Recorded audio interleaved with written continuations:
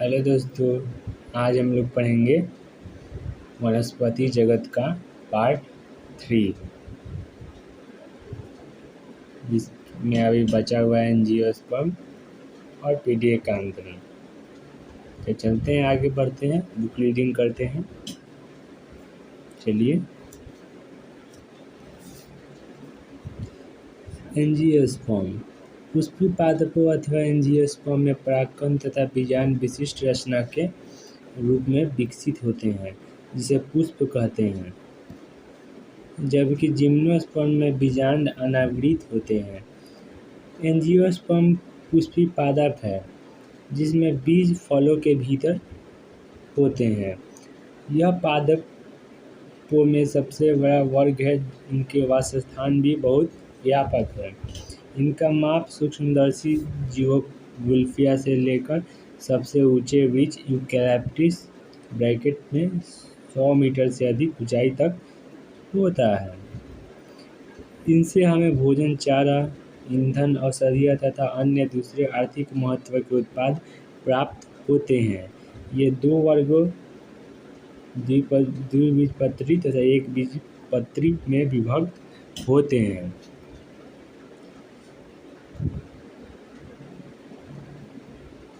द्विबीजपत्री पौधे की पहचान बीजों में 2 बीजपत्र होने, पत्तियों में जालिका रूपी सूर्याविन्यास तथा पुष्पों के चतुष्टयी अथवा पंचटयी होने, अर्थात पुष्प के प्रत्येक पुष्पीय चक्र में 4 अथवा 5 सदस्यों के होने के आधार पर की जाती है।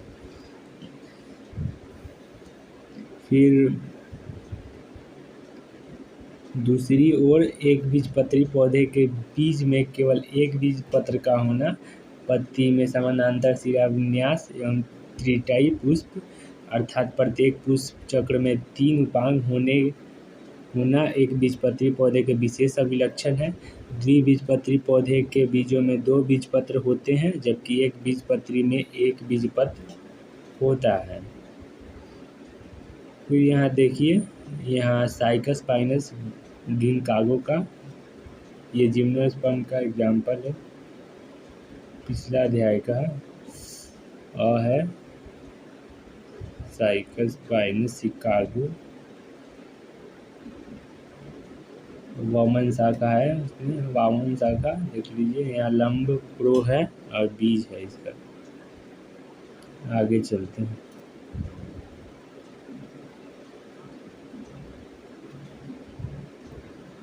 पुष्प में नर लैंगिक अंग पुंकेसर या लघु बीजाणुपत्र हैं। प्रत्येक पुंकेसर में एक पतला तंतु होता है, जिसकी चोटी पर परागकोश होता है। परागकोश के अंदर परागमात्री कोशिका अर्धसूत्रण द्वारा विभाजित होकर लघु बीजाणु बनाती है, जो परिपक्व होकर परागकण बनाती है। पुष्प में मादा लैंगिक अंग स्त्रीकेसर अथवा अंडक होते हैं। स्त्रीकेसर में आधार पर फूला हुआ अंडाशय तथा उससे जुड़ी हुई लंबी पतली वर्तिका एवं उसके शीर्ष पर वर्तिकाग्र होता है। अंडाशय के अंदर अंडक उपस्थित होते हैं। सामान्यतः प्रत्येक अंडाशय में एक गुरुबीजाणु मातृ कोशिका होती है, जो अर्धसूत्रक द्वारा विभाजित होकर 4 अगुणित गुरुबीजाणु बनाती है, जिनमें से 3 अविकसित हो जाते हैं और एक विभाजित होकर भ्रूणकोश बनाती है। प्रत्येक भ्रूणकोश में 3 कोशिकीय अंड समुच्चय, 1 अंड कोशिका तथा 2 सहायक कोशिका, 3 प्रतिव्यासांत कोशिकाएं तथा 2 ध्रुवीय कोशिका होती है।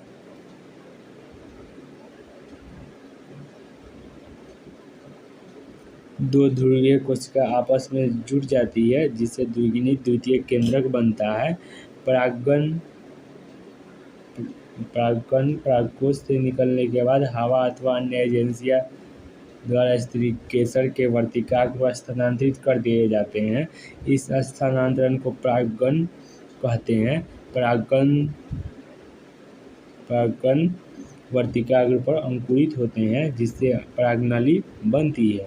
परागनली वर्तिकाग्र तथा वर्तिका के ऊतकों के बीच से होती हुई बीजांड तक पहुँचती है। परागनली भ्रूणपोष के अंदर जाती है, जहाँ पर फटकर यह 2 नर युग्मकों को छोड़ देती है। इनमें से एक नर युग्मक अंड कोशिका से संगलित हो जाता है।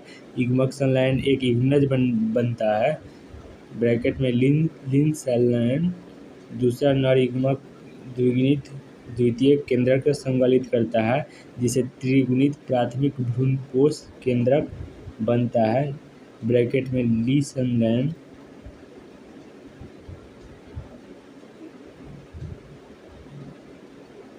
चूँकि इसमें दो संलयन होते हैं युग्मक संलयन और ली संलयन, इसलिए इसे द्विनिषेचन कहते हैं। द्विनिषेचन एंजियोस्पर्म का द्वितीय गुण है युग्मनज भ्रूण।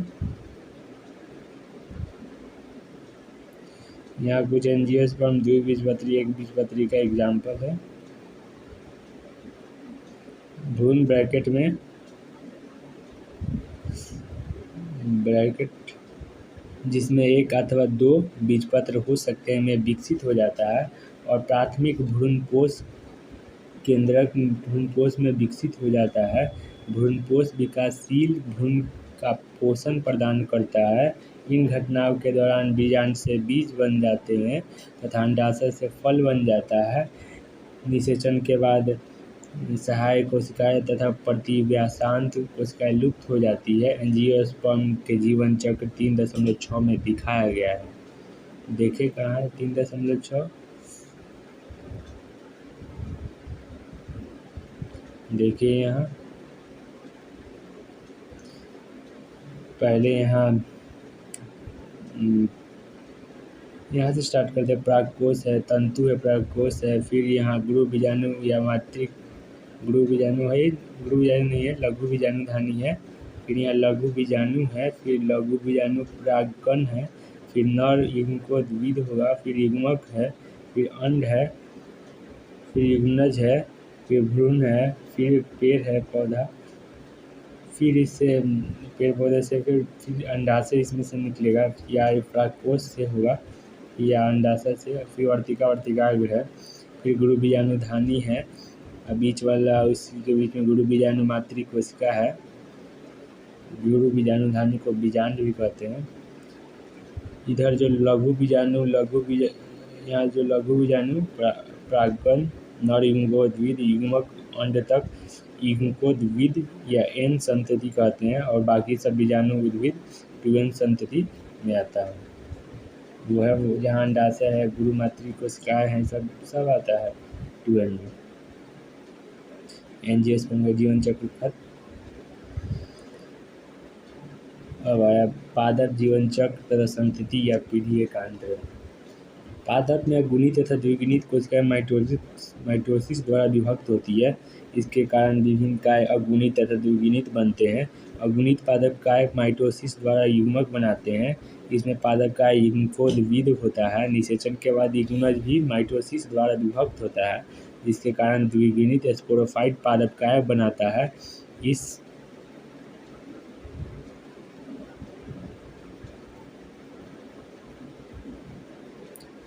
पादप काय में मियोसिस द्वारा अगुणित बीजाणु बनते हैं और ये अगुणित बीजाणु माइटोसिस विभाजन द्वारा पुनः अगुणित पादप काय बनाते हैं। इस प्रकार किसी भी लैंगिक जनन करने वाले पौधे के जीवन चक्र के दौरान युग्मकों जो अगुणित युग्मकोद्भिद बनाते हैं और बीजाणु जो द्विगुणित स्पोरोफाइट बनाते हैं के बीच संतति या पीढ़ी एकांतरण होता है।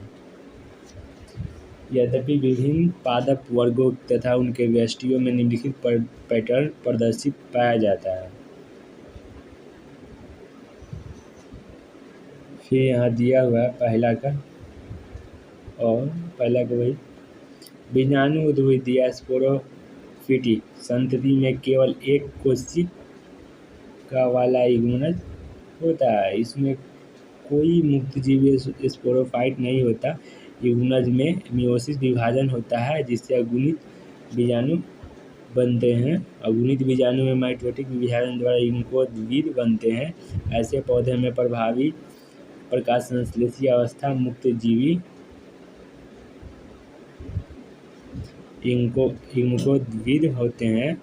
इस प्रकार के जीवन चक्र को अगुणित कहते हैं। बहुत से शैवाल जैसे वॉलवक्स, स्पाइडर वगैरह तथा क्लेमाइडोमोनास की कुछ स्पीशीज में इस प्रकार का पैटर्न होता है। चित्र 3.7 के में देखिए, देखते हैं, यही है आप।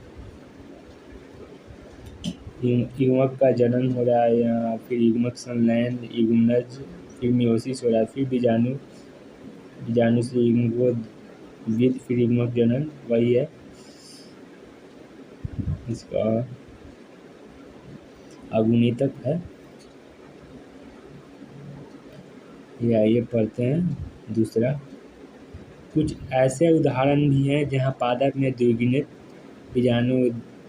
बीजाणुद्भिद प्रभावी प्रकाश संश्लेषी मुक्त होता है। युग्मकोद्भिद एक कोशिकीय अथवा कुछ कोशिकीय अगुणित होते हैं। जीवन चक्र के इस अवस्था को द्विगुणित तक कहते हैं। एक शैवाल फ्यूकस स्पीशीज इसी पैटर्न का प्रतिनिधित्व करती है।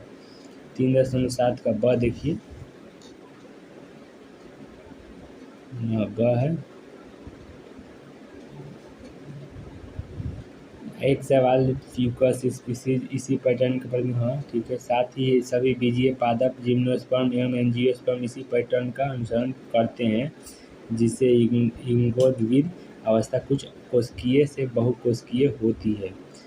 यहाँ देखिए बीजाणुद्भिद 2n है, 2n से फिर यहाँ मियोसिस हो रहा है, फिर युग्मक जनन हो रहा है, युग्मकोद्भिद हो रहा है, फिर युग्मक संलयन हो रहा है, युग्मनज बन रहा है। युग्मक संलयन से मियोसिस तक द्विगुणितक है। बाकी सब युग्मकोद्भिद n है, बाकी सब उधर 2n है, ठीक है।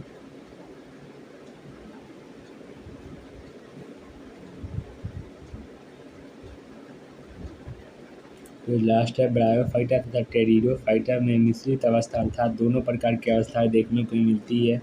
दोनों ही अवस्थाएं बहुकोशिकीय होती है, लेकिन उनकी एक प्रभावी अवस्था में भिन्नता होती है। एक प्रभावी मुक्त प्रकाश संश्लेषित थैलासाब अथवा सीधी अवस्था अगुणितक युग्मकोद्भिद में होती है, और यह अल्पायु बहुकोशिकीय बीजाणुद्भिद जो पूर्ण अथवा आंशिक रूप से जुड़े रहने तथा पोषण के लिए युग्मकोद्भिद पर निर्भर करते हैं, पीढ़ी एकांतरण करता है। सभी ब्रायोफाइट में ऐसा ही पैटर्न होता है। फिर यहाँ देख लीजिए, यहाँ जो नीला वाला में है युग्मक संलयन हो रहा है, ये युग्मनज बन रहा है, फिर बीजाणुद्भिद, फिर मियोसिस, यह अगुणितक है 2n। फिर यहाँ नीचे द्विगुणितक है, बीजाणु से युग्मकोद्भिद, फिर युग्मक जनन।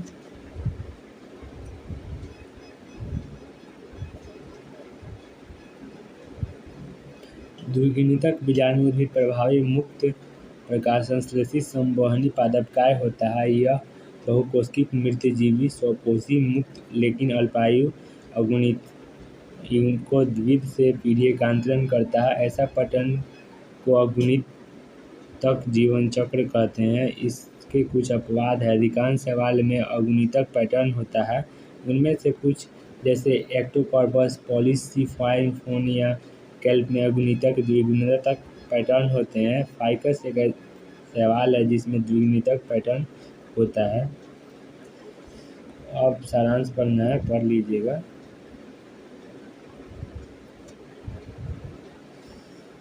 अब ये चैप्टर खत्म, फिर कल नया चैप्टर आएगा, ठीक है।